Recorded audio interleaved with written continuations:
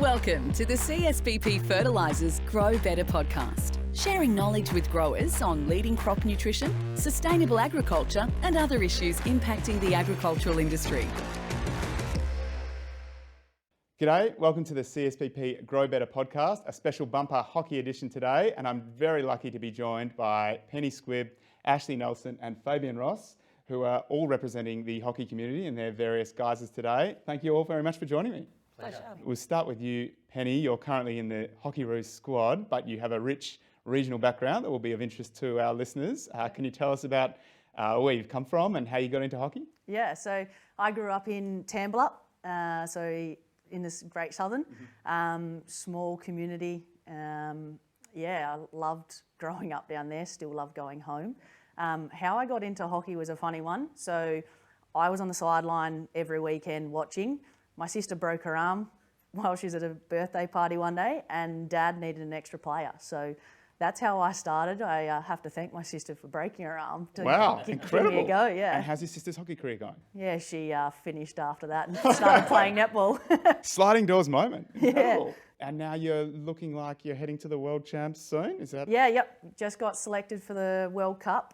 So we're heading over to Europe in 10 days or so. So can't wait to get over there and get started. Well, we're lucky to have you on ahead of that. Ashleigh, you are, I guess, do we say Hockeyroo's legend? 200 caps? Yeah, 205 caps for the Hockeyroos. I'll take every one of them. Yeah. But I've been retired for a little bit now and just playing the odd game of hockey for club, the mighty Suburban Lions. But yeah, big interest in watching the girls play and certainly be tuning in once they head over to the World Cup. Fingers crossed for them. It's a great tournament for them. And your hockey career began in regional WA as well? It did. I hail from Wagen, home of the Woolarama and Bart the Ram. So I grew up there and listen, there were no broken arms that got me into playing hockey. I actually had my two older brothers. I'm the youngest with two older brothers, and sort of whatever they do, you go down and do as well. And my dad was a fairly handy hockey player as well. My mum was into netball. I think she was hoping and had her fingers crossed that there might be one of us that actually joins her on the netball court, but it wasn't to be. So had it down and just was the annoying younger sister, always wanting to play. So they used to dress me up in the goal pads as a goalie and stick me in there, and that was the only way that I was allowed to play initially. Hit some balls at me, and then eventually I was allowed to make it onto the field. And I ended up going to boarding school when I was about 12, 13, and then from there sort of had that kind of natural sort of selection, making state team, and then into the Aussie team eventually. I think I made my debut when I was about 21. So, growing up in Wage, and I'm sure Penn's the same as well, I think country hockey is magnificent, and it's just such a good foundation because the people there, the community there, care about their athletes, and they put a lot of time and investment into coaching the juniors. And then Fabian, you are the CEO of Hockey WA. That's right. So yes. How did you come about coming into that role? Well, I've been in the role now for just over 12 months. My background is not sports administration, it's actually financial services. But when I left financial services about 12 months ago, this role came up, and hockey's in my DNA. The whole family's played it for a long, long time, and I thought what a great way to give back to the community and bring that corporate experience, but also the love of the sport. And I think it just sort of melds really, really nicely. So I'm really passionate about hockey. Certainly don't have the illustrious career that both Penny and Ashleigh do. I think that went without saying. But just love the game so much, and I think we're really well placed and really looking forward to the future. It's wonderful. Are you still playing? I do. I still every now and again get out there on a weekend, but I tend to try and go and watch my boys who still play at the moment, and when I can, with work permitting, get out there and have a go. Yep. So I've got a question for all of you. Hockey is something that has just always fascinated me. We are, I think, in WA, the epicentre of maybe not even Australian hockey, but global hockey. Like, what is it about West Australia that just means we produce so many great hockey players and we love the sport so much? Great question. Well, I think that, as I said, I mean, a lot of the hockey players that are coming through do derive from country backgrounds, which I think is always fascinating. Like I said before, I think a lot of it's got to do with the coaching that you do sort of receive because of the the effort that a lot of the community members sort of put in, making sure that, you know, we don't miss out because we're from the countryside. Some wonderful coaches throughout my time when I was really young, and then obviously very fortunate enough to come up to Perth and have great coaching as well. But I think that, you know, the High Performance Centre, so Hockey Australia is based here in WA, which is great. So we get a lot of athletes coming from right across Australia to be based here, and so that kind of helps the local Premier League competition. You know, I remember playing one of my first games against Michelle Hagar, who was, you know, this legendary player that's, you know, a gold medalist for Australia. And, you know, she bumped me and I fell on the ground and was kind of like, welcome to the big leagues, you know. But that was such an important kind of, you know, you've got to get tougher, right? And so to be able to play against legends of the game at a Premier League competition when you're, 14, 15 years of age is huge for development. Yeah, I definitely agree with that growing up, my first year in Perth, it was kind of like, I went to club hockey and there was all these girls that had just been to the Olympics, and I was kind of like, wow, I was just starstruck basically.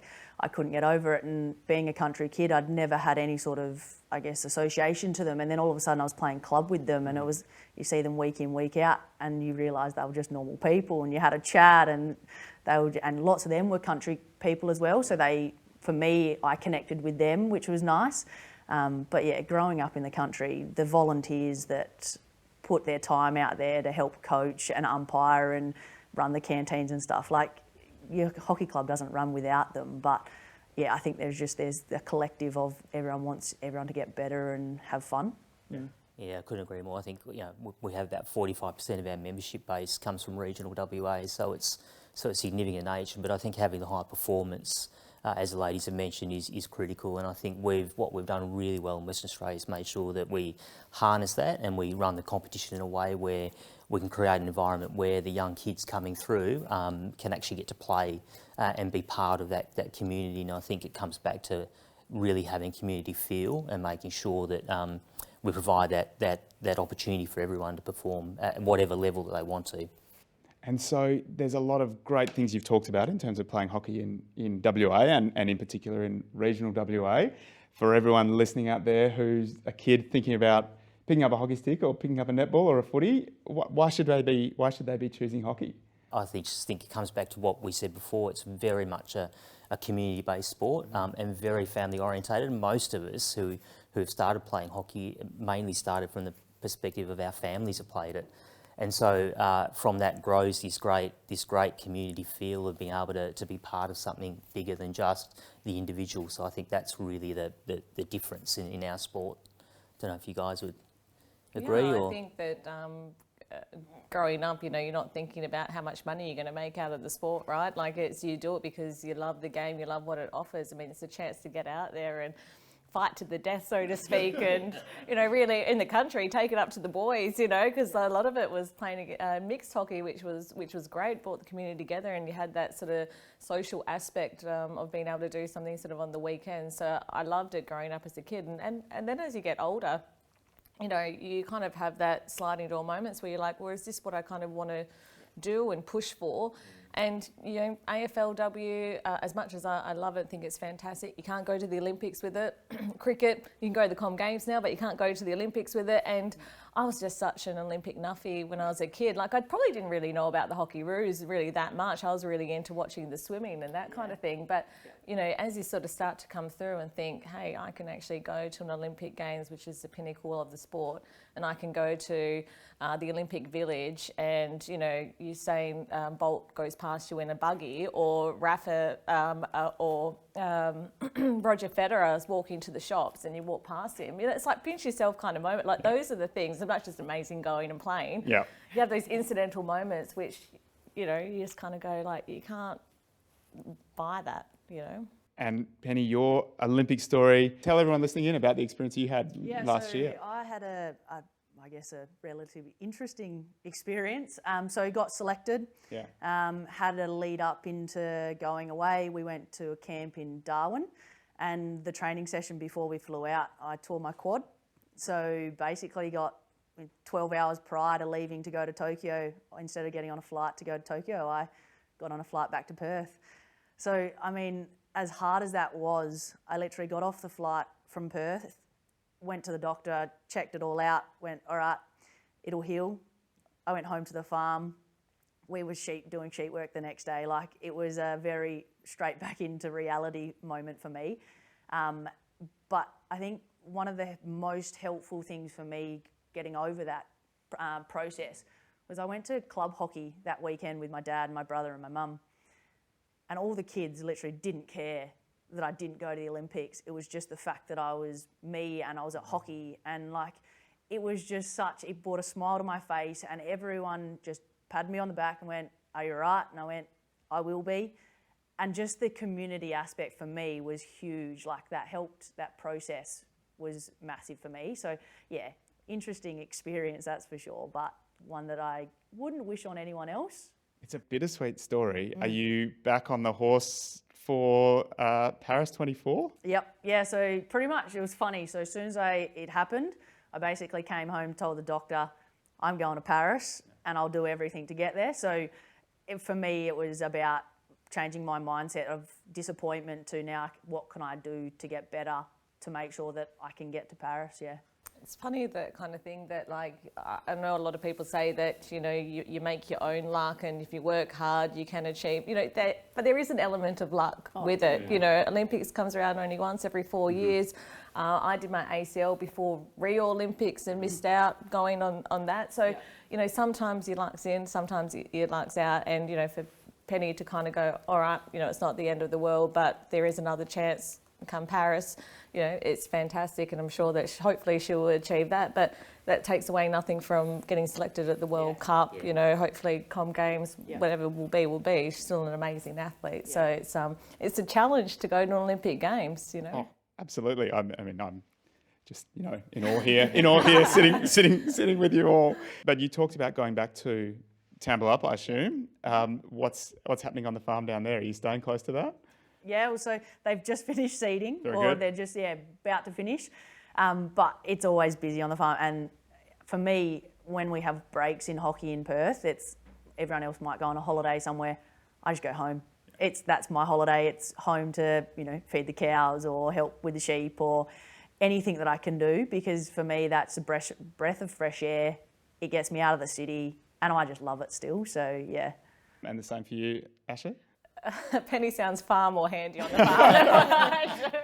Fortunately, we don't have our farm anymore. We actually sold a little while back, so I've still got family down Wage and Way, but don't get back to the farm. But yeah, now and again I got told, and I don't think it's a compliment, but I think like a sheep. I was always good at rounding up the sheep, always knew what they were going to do. So that was about as far as my kind of handiwork went on the farm. Does that help you on the hockey pitch? Not really, no. And sheep probably aren't the smartest of animals, so I don't think I really had a compliment there. But I do love getting back, you know, if I could kind of get back a little bit more often, even to do some coaching clinics and that sort of thing.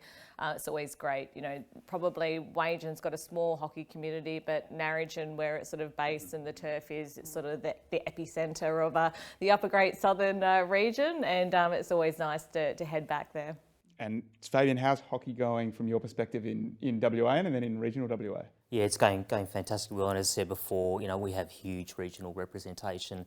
About 45% of our 23,000 members, you know, are out in the regions, and you know, it's growing, continuing to grow, and we've got some really strongholds like Narrogin and Bunbury, Busselton, those sorts of areas. And what we're trying to do with CSBP is continue to grow the game in more corridors, in more regions, and you know, the help that we get from CSBP is just enormous, because we couldn't get out to all the regions and take the athletes out there without their corporate support. We got some hockey festivals coming up. We do. We have a number, and once again we've partnered with CSBP and you know, the ability to get out to the regions like you know, Narrogin and Northam and Bruce Rock, and hopefully over the next 3 or 4 years we'll continue to grow those portfolios and get out to more centres. It's really important and fundamental, and I think the kids in particular love seeing the athletes.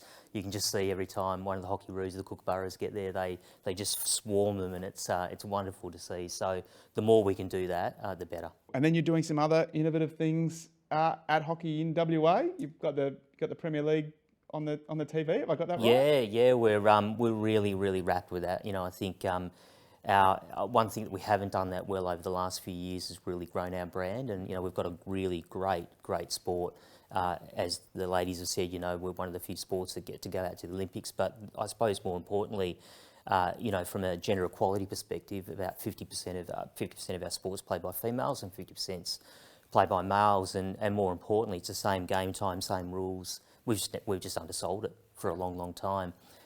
So lifting our brand has been a real focus for me, and we're now, got on TV. We're on SBS and NITV, and we just done a deal with Star Sports out into China as well. So, wow.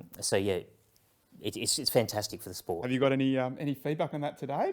Are there people in China? We launch into China, into a lot of the hotels in the next fortnight. So as soon as we find out, we'll let you know. But Penny could be a superstar. Yeah, that's right. Right, you heard it here first on the CSBP Grow Better podcast. Amazing. Yeah, that's right, exactly. But our live broadcast is growing with Premier League, and we're getting lots of traction. So it's about getting the sport out to more people. And we've got current Hockeyroo and former Hockeyroo still playing in the Premier League. Season's going okay so far? Yeah, it's been good. Well, I think we're 8 rounds in or something like that. And there's Hockeyroo scattered through the whole female comp. But I mean, just the local competition and the local players, they're the ones that keep it alive. But it's healthy and it's thriving. Yeah.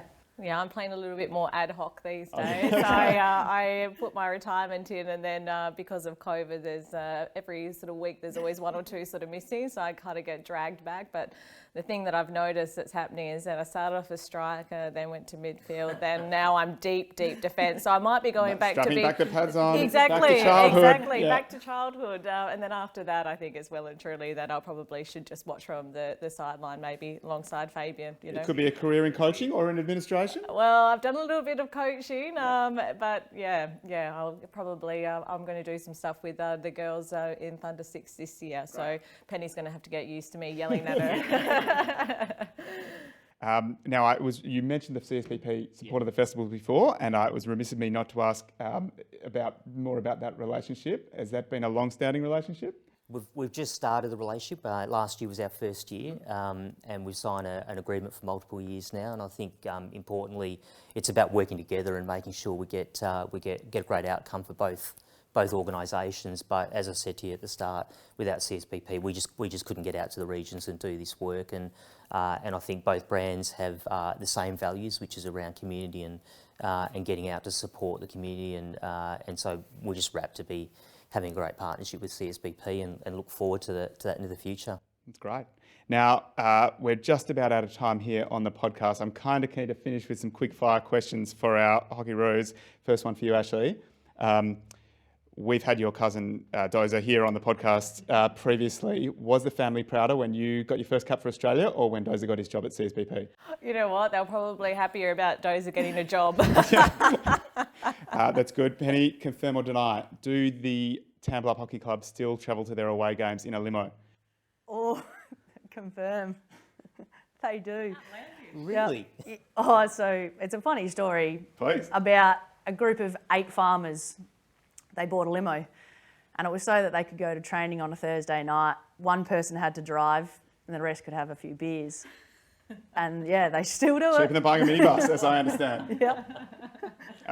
And then, Ashleigh, final question. You're now a professional journalist, and very humbled to be here in your presence in my capacity as interviewer. How would you rate my interviewing performance out of 5 stars today? Listen, you've been very natural, a couple of blips at the start, but once we got going, we can edit those clips out, actually. Declined to give me a number out of 5, so well done. 5 out of 5. That's I should go into politics. That's right. Look, thank you all for joining me today. What a great discussion, and really nice to hear about how positive the experience is for hockey players out of regional Australia and how well the sport's travelling in regional WA, and we're really happy at CSBP that we can be playing our little part. So thank you all very much for joining. It's been great. That's it from us today at the CSBP Grow Better podcast. You can follow us at CSBP Fertilisers on all your favourite social platforms. Remember to subscribe, rate and review at CSBP Fertilisers. Penny, Ashleigh, Fabian, thanks so much for joining us. Cheers. Thanks guys. Bye-bye. Thanks for tuning in to another episode of the CSBP Grow Better podcast. For more information about CSBP, please visit csbp-fertilisers.com.au or connect with us on social media at CSBP Fertilisers on Facebook, Twitter, Instagram and LinkedIn.